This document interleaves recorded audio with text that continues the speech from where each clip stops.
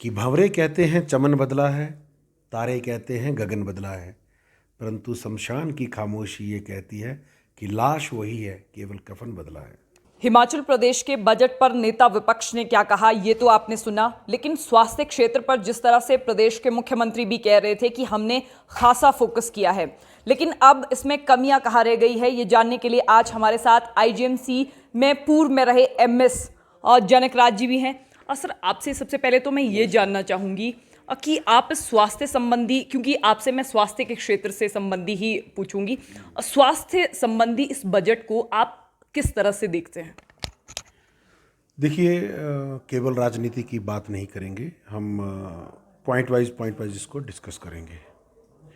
तो जो सरकार की ओर से brief print for electronic and print media budget 2023-24 एक बुकलेट प्रदान की गई है।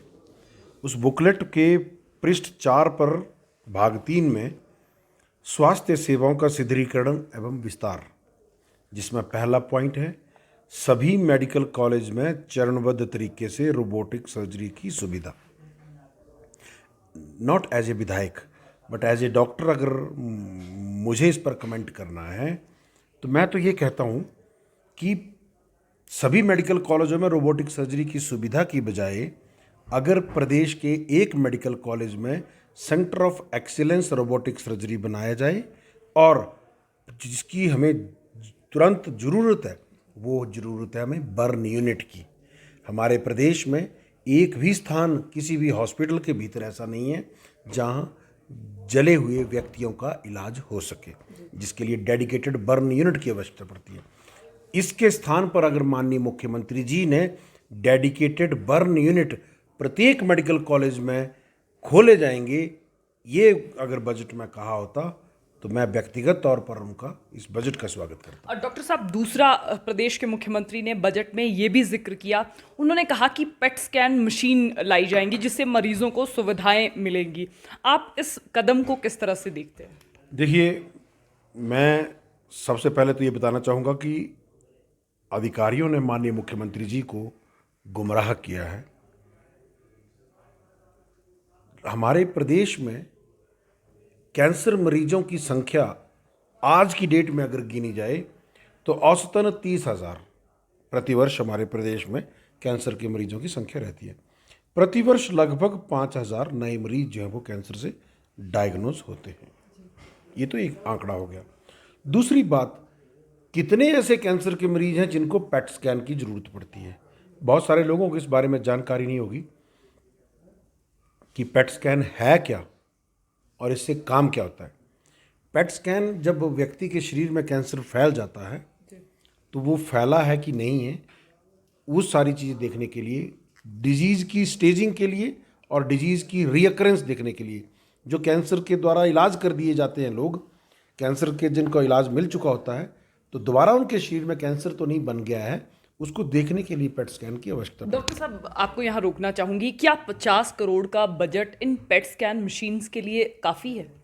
देखिए, 50 करोड़ से तो केवल एक मेडिकल कॉलेज में पेट स्कैन लग सकेगा, और पेट स्कैन को सिर्फ लगाना उद्देश्य नहीं है।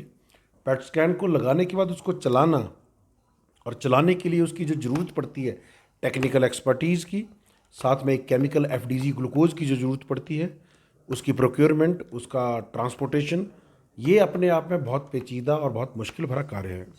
तो हमें ये लगता है, ये बहुत स्वागत करता हूँ मैं इस बात का कि पांचों मेडिकल कॉलेज में वो इस तरह की सुविधा देने का विचार रखते हैं।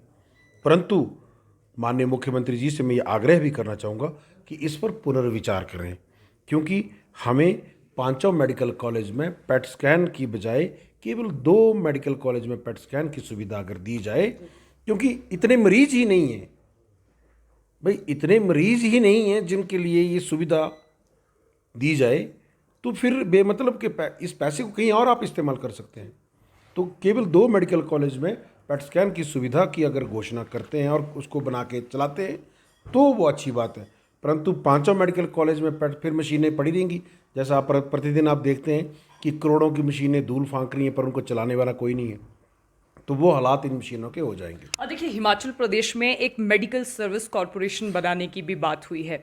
आप इस कदम को किस तरह से देखते हैं? मुख्यमंत्री ने हवाला ये दिया है कि स्वास्थ्य संस्थानों में लोगों को अच्छी मूल्य और अच्छी क्वालिटी के संसाधन उपलब्ध करवाए जा सके। देखिए, ये इस दिशा में पूर्व भाजपा सरकार ने पहले ही कदम उठाए थे और हमने भी बड़ी बार सरकार के पास इस चीज़ को, अगर आप कागज़ों पे जाएं और कागज़ों को देखें तो ये जो घोषणा हुई है बजट में, ये पूर्व में भाजपा सरकार का ब्रेन चाइल्ड है। भाजपा सरकार ने ही इस पर कार्रवाई की थी और इस कार्य करने का उद्देश्य ये है कि डॉक्टर का काम इलाज करना है, तो डॉक्टर केवल इलाज में लगा रहे, बाकी उसके लिए क्या चीज़ों की आवश्यकता है, कब क्या खरीदा जाना है, उसमें टेंडर प्रक्रिया में डॉक्टर का समय बहुत ज़्यादा लगता है, तो उनसे इनको मुक्ति मिलेगी। और ये पूर्व में ठाकुर जयराम जी की सरकार ने इस कार्य को शुरू किया था, तो जिनको शायद इस सरकार के बजट में ये अनाउंस करके अमली जाना पहनाने जा रहे हैं, तो जाहिर सी बात है इससे जो डॉक्टर्स हैं उनको थोड़ा बहुत राहत मिलेगी। डॉक्टर साहब, एक और सवाल, क्योंकि मुख्यमंत्री ने लगातार कहा है कि हम स्वास्थ्य क्षेत्र को सुदृढ़ करना चाहते हैं। अब आप आईजीएमसी के पूर्व एमएसबी रह चुके हैं, आपको ये भी पता है कि हमारे पास रिसोर्सेज कितने हैं। आपको क्या लगता है कि डॉक्टर्स के पास जो इक्विपमेंट्स हैं, क्या वो इनफ है हमारे पास, या फिर हमें और चीज़ों की ज़रूरत है? और अगर है तो हमें लगभग कितने बजट की ज़रूरत हिमाचल प्रदेश की स्वास्थ्य सुविधाओं को सुदृढ़ करने के लिए लगेगी? देखिए, हम तो आपके माध्यम से ये कहना चाहेंगे कि हमारे पास मेडिकल में संसाधनों को रीअसॉर्ट करने की आवश्यकता है। और एक छोटी सी एग्जांपल मैं आपको देना चाहूँगा कि हमारे पास फौजी बहुत हैं पर हमारे पास बंदूकें कम हैं। मतलब हमारे पास, जैसे अगर सर्जरी डिपार्टमेंट की अगर हम बात करें तो हमारे पास इतने सर्जन आईजीएमसी में कार्यरत हैं, हमारे पास उतने ऑपरेशन थिएटर नहीं है कि वो सर्जन ऑपरेशन कर सकें। एक एक सर्जन की बारी कई बार एक एक महीने तक उनको ऑपरेशन करने की बारी नहीं आ पाती है।